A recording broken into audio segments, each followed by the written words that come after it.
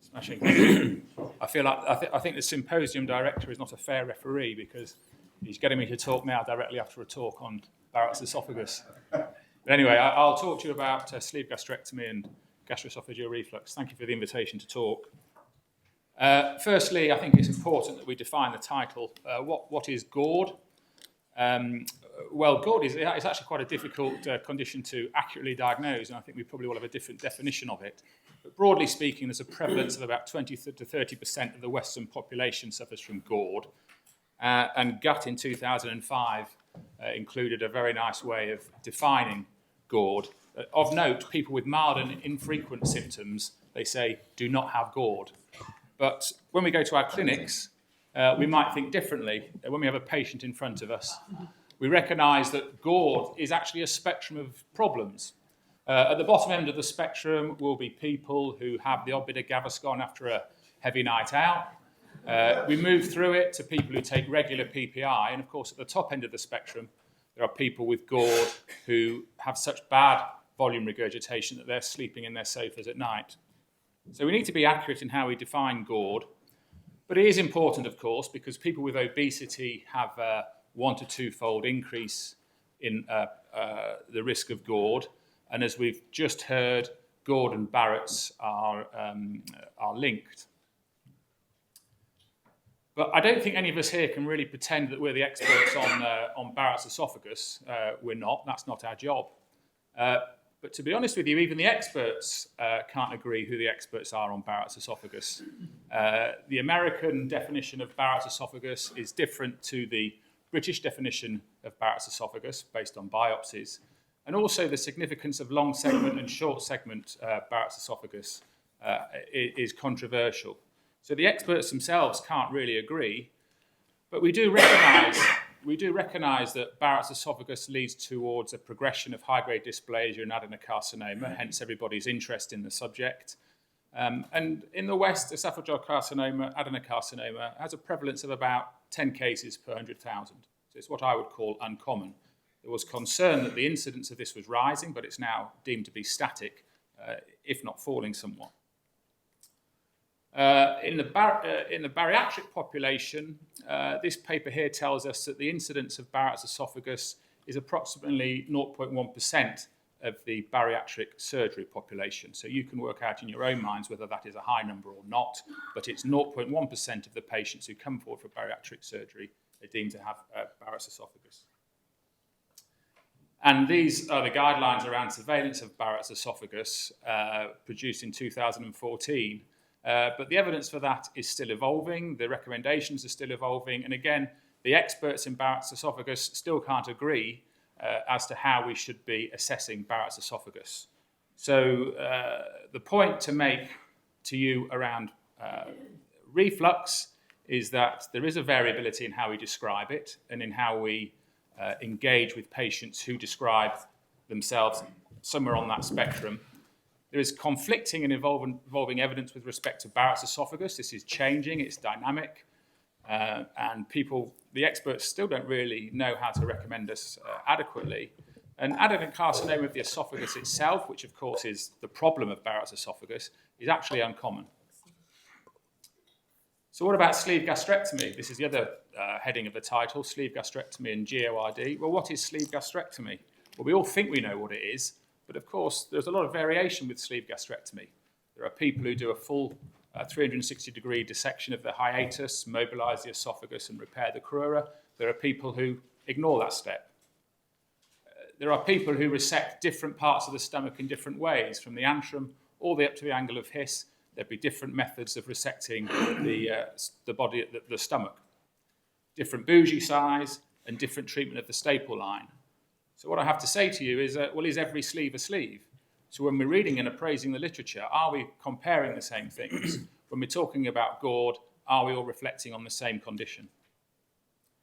The evidence so far, well, for GERD and sleeve gastrectomy, well, I'd say in the early days, maybe as much as 5 years ago, there were conflicting papers, some saying that sleeve gastrectomy improved GERD, some saying that sleeve gastrectomy precipitated GERD.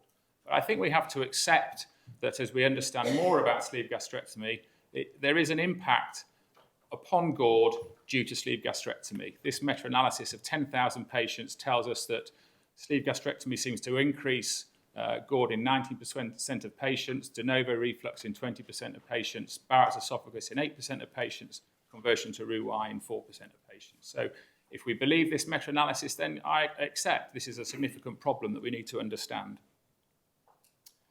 And certainly, on the contrary, and maybe John might talk to you about this, there is good evidence out there to talk about GERD and gastric bypass.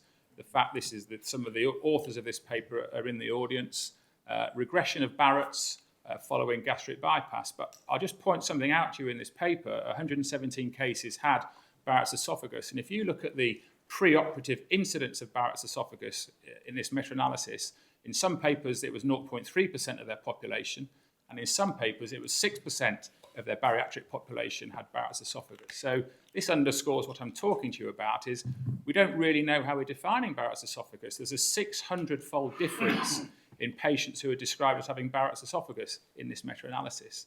And that can't be right. There is an inaccuracy in our data.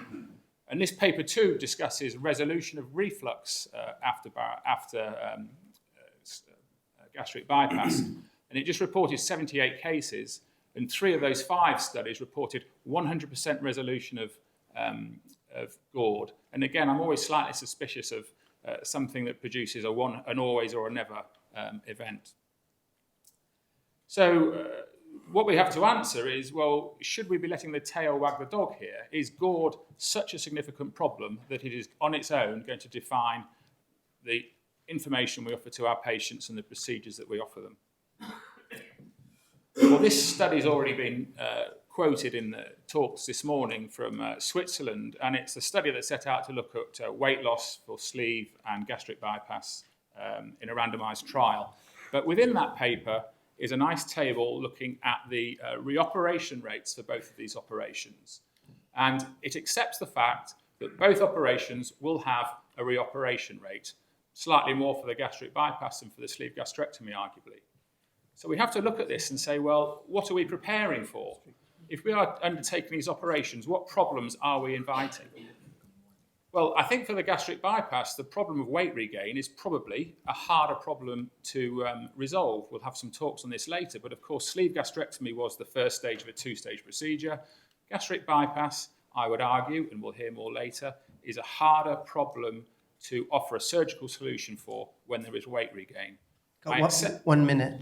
I accept the fact that sleeve has more of a problem with GERD and Barrett's, but most of the other problems we can see lie under the wing of gastric bypass surgery. So what we need to do is anticipate the likely problems and prepare for them. And what I'm saying to you is that with sleeve gastrectomy, I anticipate that there may be a problem with acid reflux and there may be a problem with an increased incidence of Barrett's. So I'm going to prepare for this. And how am I going to do this?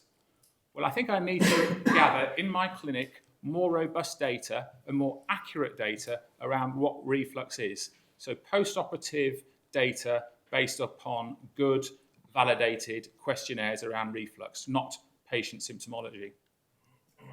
Liberal use of PPI, I don't particularly have a problem with. The debate we've just had is, should we be considering post-operative endoscopic surveillance for our patients who've had sleeve gastrectomy? And should we be working hard in our clinics and in our theatres to standardise a sleeve gastrectomy, to think objectively about steps in the procedure that will reduce the incidence of gastric reflux? And we can modify all of these steps, and I'll take you all the way down to the stuff that David Knocker is doing, who has started to talk about the Nissen sleeve, and he's got very promising pilot data with respect to this operation, reducing symptomatic GERD in patients who have sleeve gastrectomy. So my final statement is that sleeve gastrectomy should be considered in patients with GERD, but the implications of this decision and the steps we take afterwards need to be understood. Thank you.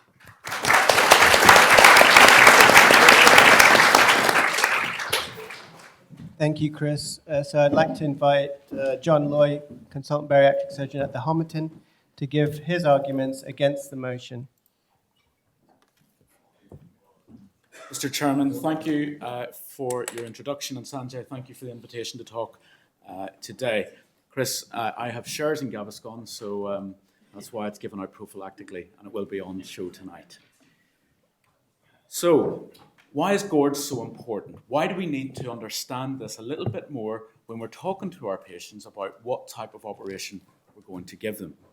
Well, when patients present to us, there is a 20% reported incidence or prevalence of GERD in patients who have obesity. And that's to do with the central abdominal obesity.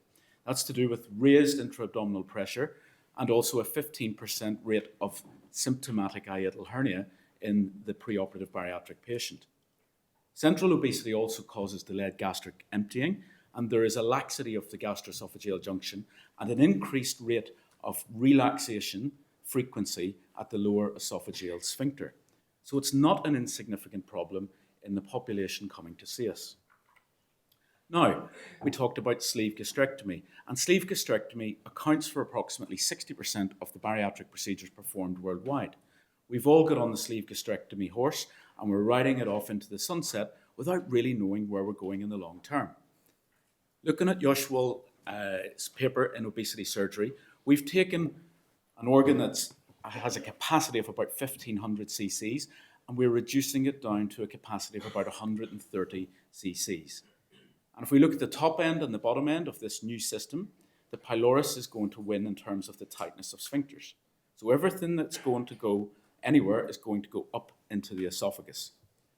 We also got to remember that the number one reason that we convert sleeve gastrectomy to gastric bypass is for acid reflux. I've been here 2 years and I've done approximately 12 or 13 of them for reflux, and I'm sure people are converting my sleeves that I left behind in Shrewsbury for reflux too. It is a serious problem. When we compare it to the gastric bypass, it's been around a lot longer. It's a safe operation. It takes just about the same time as the sleeve gastrectomy with, again, comparable comorbidity resolution.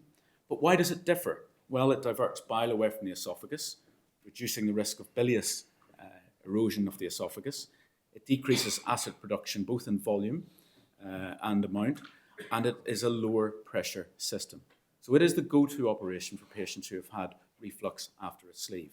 So why would we bother putting or subjecting a patient who has reflux already to 2 operations when we can just go ahead and do one safe and effective operation? What are we worried about? We're worried about this. This is Barrett's esophagus, as we know. Stratified squamous cells change into columnar cells due to the exposure of the lower esophageal tissue to acid reflux. As Chris said, there is an ill-defined pathway between length of the Barrett's, sampling, follow-up, and progression to adenocarcinoma, which I'll give him is a rare cancer. And we have cases in the literature. We don't have a series yet. We have cases in the literature of adenocarcinoma after a sleeve. We have cases of adenocarcinoma after a bypass, and now I think we have 2 in response to single anastomosis. And so Barrett's esophagus is the worry. There's many papers around that show de novo Barrett's in patients who have undergone sleeve gastrectomy and did have a preoperative endoscopy. However, this is the star paper of the year.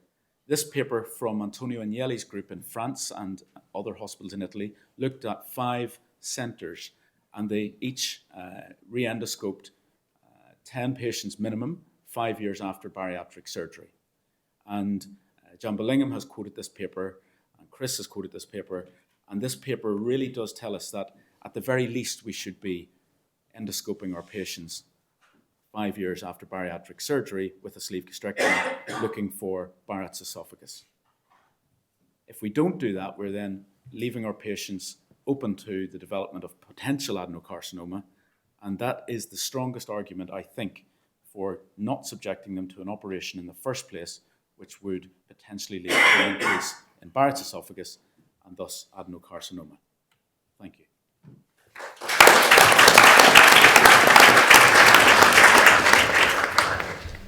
Great, thank you, John. So, Chris, do you have any comments to rebut John's arguments? Please come to the podium.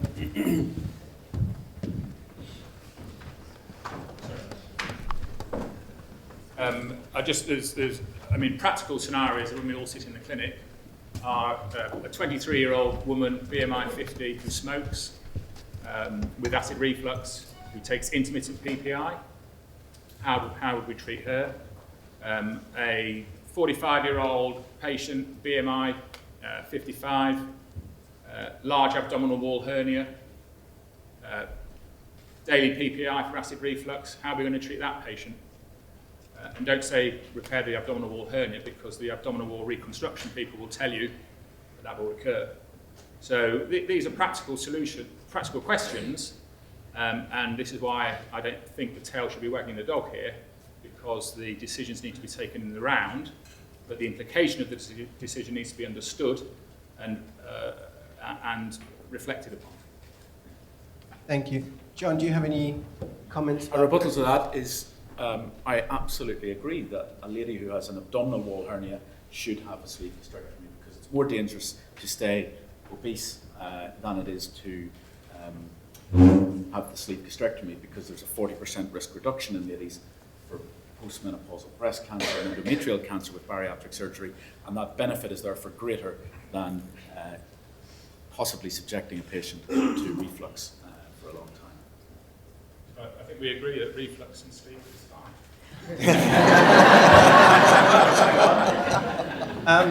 In that instance. I just have a few questions. First one to Chris. You mentioned at the end of your talk this operation of Nissen sleeve by Professor Knocker from Montpellier. Do you see this as a clever idea to help prevent reflux from sleeve? Have you done any of these cases, and do you have any data to share? Well, the only data I have is the data that he produced, which to me looked very good. Having visited his unit and seen him do this operation, it seems entirely feasible, well thought through, logical and practical. It seems to address the main problem that we're discussing. And so again, I think if we're going to reflect logically, then this is something we should consider. And I'd be interested to hear from more experienced people as to what they think of the Nissen sleeve. This is very dangerous. Very, very dangerous. I had in Italy few other groups that are exploring the door 180-degree application and Nissen sleeve. I think this is very, very dangerous to propose an operation that has no prospective data, has no feasibility study. We don't know nothing about complication. We heard some very important complication. So I think that the idea in a meeting like this, in an important meeting in central London, you are addressing very nicely the topic. I congratulate with you. But the idea of mentioning that this is a possibility is very dangerous in a bariatric community, because at some stage somebody wants to do it, to say, why, I do it, and this is dangerous. You need to do it only if you are in a prospective randomized study where you have high resolution manometry, pH, impedance test, impedantiometry, and you test the patient before and after. Otherwise, this is dangerous. So sorry, I'm not sorry to interrupt. I'm not trivialising the concept here, but what I'm pushing forward is a logical thought process to try and encourage us to reflect upon and understand how we might address reflux in patients with sleeve gastrectomy. But you see, conceptually, there are a lot of objections to this operation, because sleeve gastrectomy is conceived basically as a foundectomy. So you are not going to remove the place of the operation where you should be more aggressive. So this is conceptually wrong. And the other wrong concept is that not even that the fundus, but the sleeve gastrectomy is a volume reducing operation. If you're resecting 30% or 40% of the stomach, you are not doing a sleeve gastrectomy. You should resect 85 to 90% of the stomach to the proper sleeve gastrectomy. So I'm sorry, I'm passionate about the topic, But I guess because I think that you should investigate the patient who are candidate to sleeve gastrectomy. I'm not saying, in my own opinion, that you should not use sleeve gastrectomy for some GERD patient, because as you nicely presented, this is a spectrum disease. So you may have an initial kind of disease with an aggressive disease. If you have reflux, severe reflux, hiatal hernia, and lower esophageal sphincter incompetence, I think this is not the patient for sleeve gastrectomy. If you have a minor, GERD reflux symptoms and a small hiatal hernia, this is potentially a good patient for. This is my own opinion. But Professor Weiner, as I understand, is just a short comment. Nissen, Nissen sleeve, yeah.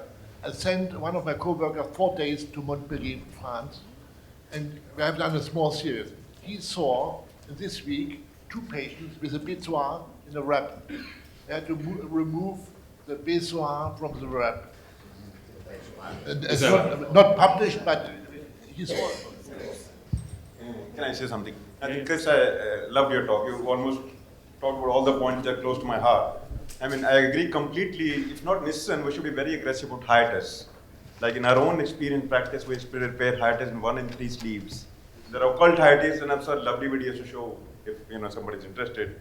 And we are doing a study, as Bruno said. We are looking at all our sleep patients, and we've done about 60 scopies with more than 5 years, and not 1 Barrett's.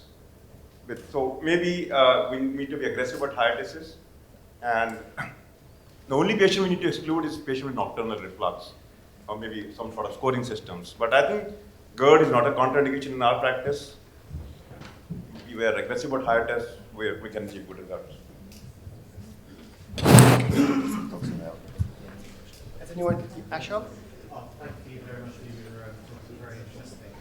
I think it's not an insignificant problem. Obviously, the risk of cancer. Perhaps in an individual practice, you may get 1 cancer in maybe 10 years. But if you're talking on in a healthcare system where maybe thousands of sleeve gastrectomies are being performed, if you take the figures of that you've presented today and the annual, even the lower estimates of the annual incidence of esophageal cancer, we're still talking about perhaps 10 cases a year across the country, and many of them will be coming to the same sort of cancer centre. One treatment, obviously, for dysplastic Barrett's that's been shown to reduce the annual incidence is radiofrequency ablation. At the moment, the guidelines don't support that for non-dysplastic Barrett's, but do you not think that there is a case for lowering the threshold for the sleeve population that develops Barrett's?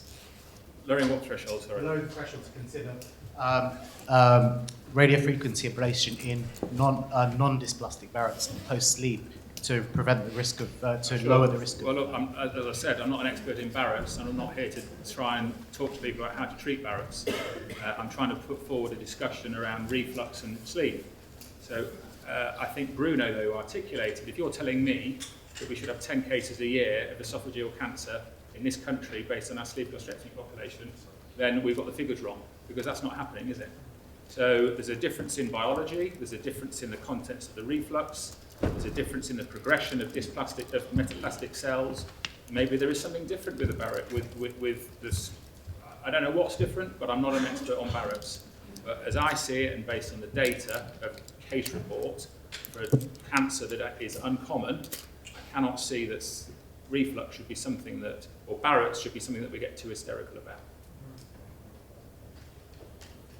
Thank you. It's always interesting debate for this subject. From my understanding, with the patient that I looked in the clinic,